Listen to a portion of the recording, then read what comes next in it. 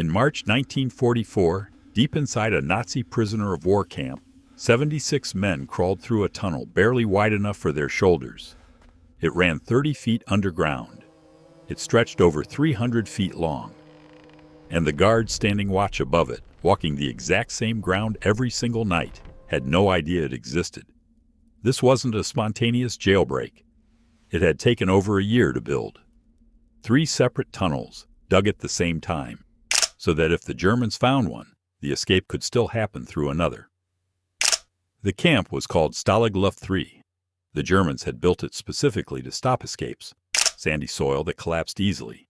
Seismograph microphones buried in the ground to detect digging. Guard towers with searchlights sweeping the wire fences all night long. None of it worked.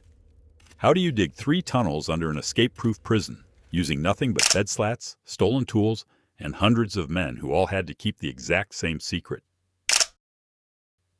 The camp held thousands of Allied airmen, pilots and crew shot down over occupied Europe, sent here specifically because the Germans considered them a serious escape risk. That risk assessment turned out to be accurate. Leading the operation was squadron leader Roger Bushell, a South African-born RAF officer who had already escaped German captivity twice before and been recaptured both times. This time, he wasn't planning a small escape. He wanted mass chaos. Not just a few men slipping away quietly, but 200 prisoners breaking out at once, flooding the German search effort so thin that many of them would actually make it home. He organized the camp almost like a small underground company. Men were assigned specific roles: diggers, tailors, secretly converting old uniforms into passable civilian clothes in German military disguises; forgers, hand-painting fake identification papers and travel permits so precise that some fooled German officials on site; engineers designed a system to pump air down into the tunnels so diggers wouldn't suffocate hundreds of feet underground. 3 tunnels were started simultaneously and given code names: Tom, Dick, and Harry. The thinking was simple. If the Germans discovered one tunnel, the prisoners could shift all their effort to the others without missing a beat. They needed somewhere to hide the sheer volume of sand being dug out from below the surface. Without the guards noticing, the ground itself was quietly disappearing. That problem alone nearly stopped the entire operation before it started. The moment diggers reached below the surface, they hit a completely different color of dirt. A bright, unmistakable yellow-orange clay, nothing like the gray sand covering the prison yard above. If guards spotted piles of that yellow clay anywhere in camp, the tunnels would be discovered immediately. The solution the prisoners came up with was almost theatrical in its audacity. They built small fabric bags that hung inside their trouser legs, with a string running up to their pockets. Prisoners would fill these bags with the incriminating clay, then walk out into the yard for their daily exercise, appearing to casually stroll the grounds, while quietly pulling the string in their pocket to release the dirt through their pant legs, scattering it across the ground bit by bit as they walked. Guards watched hundreds of men walk laps around the same dirt yard every single day. They never once realized they were watching an active cover-up unfold in plain sight. But even with the dirt problem managed, the digging itself carried enormous danger. The sandy soil collapsed easily. Tunnels sat 30 feet underground to avoid the seismograph microphones planted by German engineers specifically to detect this kind of digging. Diggers worked by the dim light of margarine tin oil lamps in tunnels barely wide enough to crawl through for hours at a time. Then, disaster. German guards discovered Tom, one of the 3 tunnels, and destroyed it completely. The prisoners didn't stop. They shifted everything into Harry, the last tunnel still standing, and kept digging. By March 1944, after more than a year of secret work, Harry was finally ready. 200 men were meant to escape through it in a single night.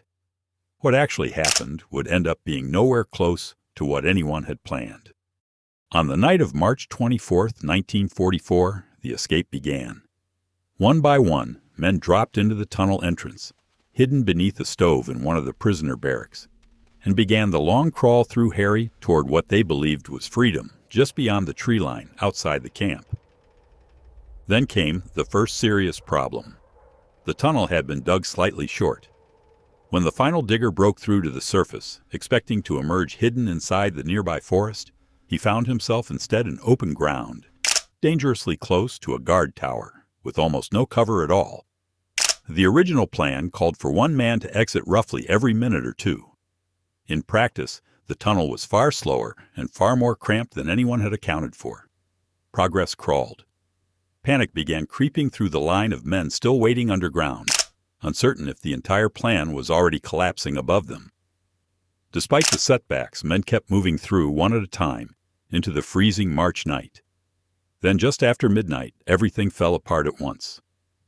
A German guard on patrol spotted a prisoner emerging from the tunnel's exit hole and immediately raised the alarm. Chaos erupted across the camp. Sirens, searchlights, guards scrambling in every direction.